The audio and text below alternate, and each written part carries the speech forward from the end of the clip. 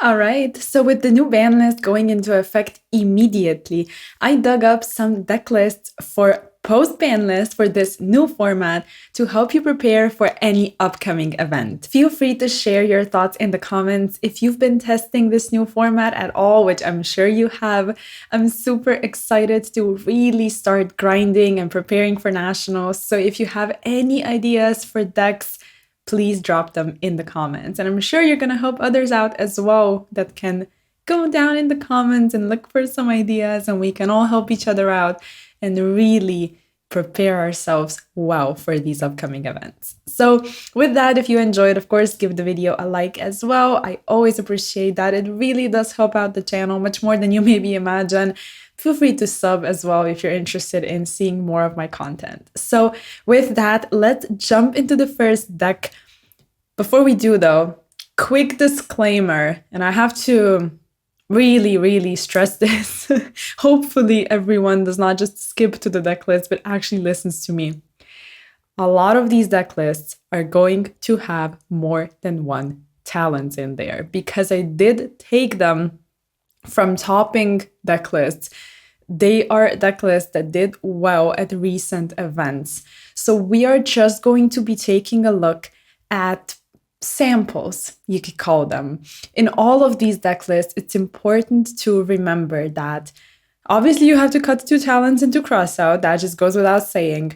But other than that, you're gonna have to swap out some non-engine and really do your testing once the format develops enough to where you're gonna be able to make informed decisions about this. So what we're gonna be looking at today is just things that people did well with, because the format is not really gonna be that much different in my opinion. So as we're going through the deck list, obviously I'm gonna point some things out and all of that, but just keep in mind those are just ideas, so you have something to start off with, if that makes sense.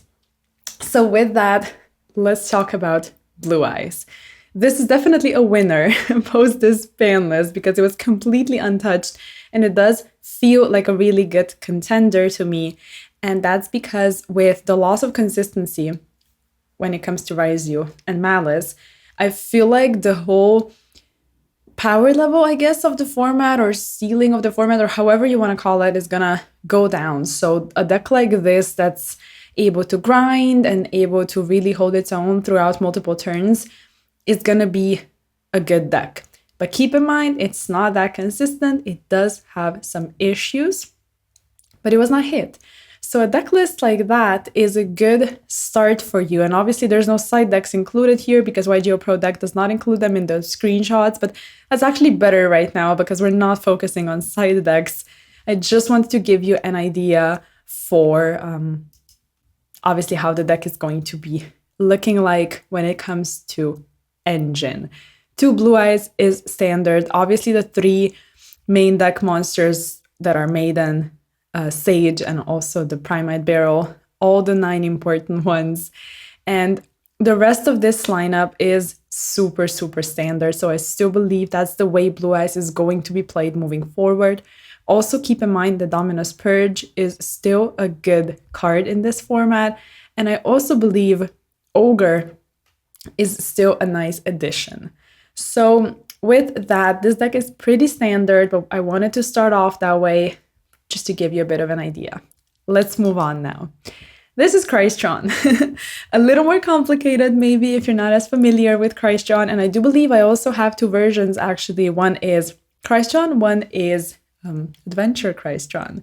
So this got top 8 at a regional, and overall I believe Christron is just going to be a super decent deck moving forward for pretty much the same reasons as Blue Eyes.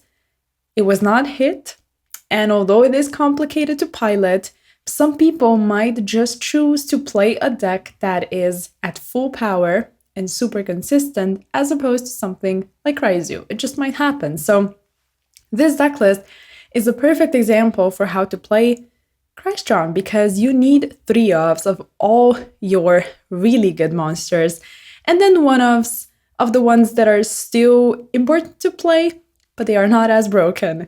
And some decklists don't include the Terror Top engine, which I still believe is good because it's a starter and you always need multiple ways of pushing through hand traps. So in my opinion, I would always go for an engine that's, for example, the Terror Top and Taketomborg engine.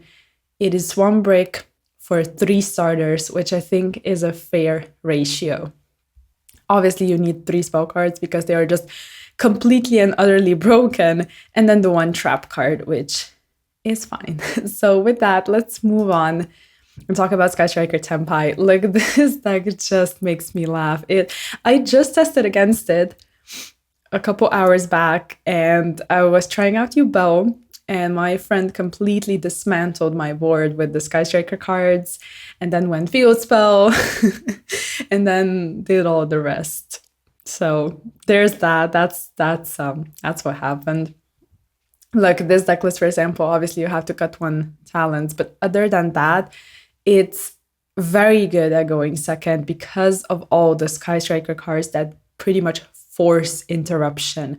And a deck like this is definitely going to be viable in the next format. And you also have a lot of just wiggle room. You can do pretty much whatever you want in terms of non-engine. So yeah, Sky Striker Tenpai, if you're interested. Moving on to Fiendsmith Primite. Obviously, the Fiendsmith engine was not hit, and we already touched upon Primite cards just a bit when I was talking about Blue Eyes, but I do believe Primite cards are the superior engine in Primite Blue Eyes. So I would definitely try and play a deck that is playing just Primite. I think the Fiendsmith Primite deck is actually incredible. And a couple months back, someone actually, I'm not sure if they won or topped with Primite, Fiendsmith, pile, 60 cards, cluster. But the deck list was really cool. Even though it maybe seems odd, but it was actually amazing. It looked like it worked super, super well. So you can either do that or shave it down to a clean 40 card deck. Again, I feel like we're moving to a format where control decks, slow decks, stuff like that is going to be really nice. And yeah, there's no more detonator to worry about. There's one, but you can do with 1. And yeah, obviously cut 1 talent and you should be fine. This deck is great. It plays so much non-engine and the Primite cards are just so broken, and Drill Beam is literally a custom card. Let's move on. This is the Adventure Christron build, which is pretty much just all the good Christrons and then the one-offs, and also the Terror Top engine, but there's also adventure cards. 50 cards, but that's fine because you're playing adventure. There's the brick in there, and you can also, I guess, count the Griffin as a pseudo brick. There's only 1 right, and obviously got 1 talent, but other than that, I think that this deck list is also looking really clean. So you can do whatever you want with Christron. I'm just giving you a couple ideas. Let's move on. This is the YCS Houston topping deck list of White Forest, which White Forest is still going to be a really decent deck moving forward. However, it's not that amazing at going second, in my opinion. So it's still a great combo deck, and combo decks are super ignorant going first. At least some of the really good ones of recent months are, like Yubel, like the White Forest deck, and so on. So I still believe this deck, minus the 2 talents, obviously, but even if you cut 2, you're still at 43 cards, so you're fine. So anything pile with Azamina and just Fiendsmith and all of that, you can pretty much put any engine with it. It does not have to be White Forest. Trust me. I know. I have a friend that's super enthusiastic about his pile deck, and I gotta say, it's one of the most just incredible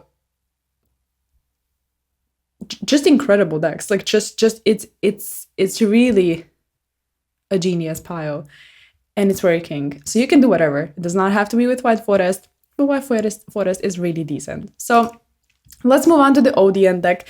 This is Odeon with Fiendsmith, a topping deck list, which I believe this is probably the superior version of Odeon. And this deck is scary. It is scary. Like going first, it's quite a threat, in my opinion, because we were talking about this earlier with my friends. It kind of reminds me of Centurion in a way, because it's like, do I disrupt the man with the mark? Do I just not disrupt it because they might have the field spell anyway, and I just go -1 if I use Valor or Imp or whatever? Like, it's tough to decide. So keep that in mind. I genuinely believe this deck is going to be quite present in the format.